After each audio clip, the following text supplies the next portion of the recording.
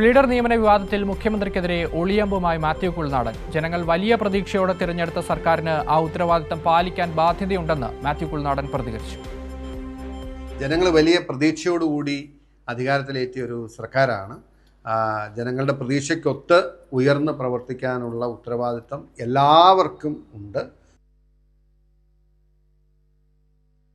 Sally Muhammad കൂടി ചേരുകയാണ്. Sally, ഇതാ പ്രധാനപ്പെട്ട പല നേതാക്കളും മുഖ്യമന്ത്രിയെ തള്ളി രംഗത്തെത്തുകയാണ്. ദീപ്തി മേരി വർഗീസിന്റെ പ്രതികരണം നമ്മളിപ്പോൾ കേട്ടു. അതിന് പിന്നാലെ ഒരു ഒളിയമ്പുമായിട്ട് മാത്യു കുഴൽനാടൻ MLA വരുന്നു. എന്താണ് മാത്യു പറഞ്ഞത്?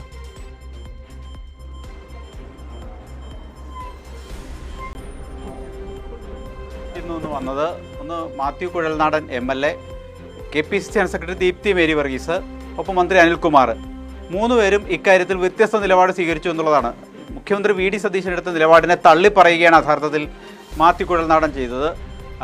അദ്ദേഹം പറഞ്ഞു, ഇപ്പോൾ എരുതിയിൽ എണ്ണ ഒഴിക്കാൻ ഞാനില്ല, പക്ഷേ ചില പ്രതിസന്ധികളുണ്ട്. ഒന്ന്, ഈ ജനങ്ങൾ വലിയ പ്രതീക്ഷയോടെ തിരഞ്ഞെടുത്ത ഒരു ഗവൺമെൻറ്റാണിത്. ആ ഉത്തരവാദിത്വം എല്ലാവരും പാലിക്കണം. അത് മുഖ്യമന്ത്രിക്കെതിരായ കൃത്യമായ ഒളിയമ്പാണ്.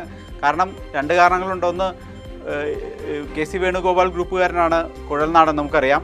മുഖ്യമന്ത്രിയായിട്ട് കുറച്ച് നാളുകളായി നേരത്തെ ഉണ്ടായ അഭിപ്രായ ഭിന്നത ശക്തമായി തുടരുന്നു. ഈ അവസരത്തിൽ അത് ഉപയോഗിക്കുകയും ചെയ്യുകയാണ് കോൺഗ്രസിലെ ഒരു വിഭാഗം എന്നുകൂടി എന്നോട് ചേർത്ത് വയ്ക്കണം. ഏതായാലും ഈ പ്ലീഡർ നിയമനവുമായി ബന്ധപ്പെട്ട് വലിയ പ്രതിസന്ധിയിലേക്ക് കോൺഗ്രസ് നീങ്ങുന്നു. അതാണ് മാത്യു കുഴൽനാടൻ്റെ ഒന്നാമത്തെ പ്രതികരണത്തിൽ നിന്ന് നമുക്ക് മനസ്സിലാക്കേണ്ടത്. രണ്ടാമത്, ദീപ്തി മേരി വർഗീസ് പറഞ്ഞത് KSUവിനെ സപ്പോർട്ട് ചെയ്തുകൊണ്ടാണ്. കാരണം KSU നേതാക്കളെ കാണാൻ മുഖ്യമന്ത്രി തയ്യാറാവാത്തൊരു പ്രതിസന്ധിയുണ്ട്, സന്ദർശനാനുമതി നിഷേധിച്ചിട്ടുണ്ട്. അപ്പം KSUവിൻ്റെ നേതാക്കളെ കാണില്ല എന്ന് പറയാൻ ഉത്തരവാദിത്തമുള്ള കോൺഗ്രസ് നേതാക്കൾക്ക് ആർക്കും കഴിയില്ല എന്നാണ് ദീപ്തി മേരി വർഗീസിൻ്റെ പ്രതികരണം. എന്നാൽ KSUവിനെ തള്ളുകയാണ് മന്ത്രി അനിൽകുമാർ.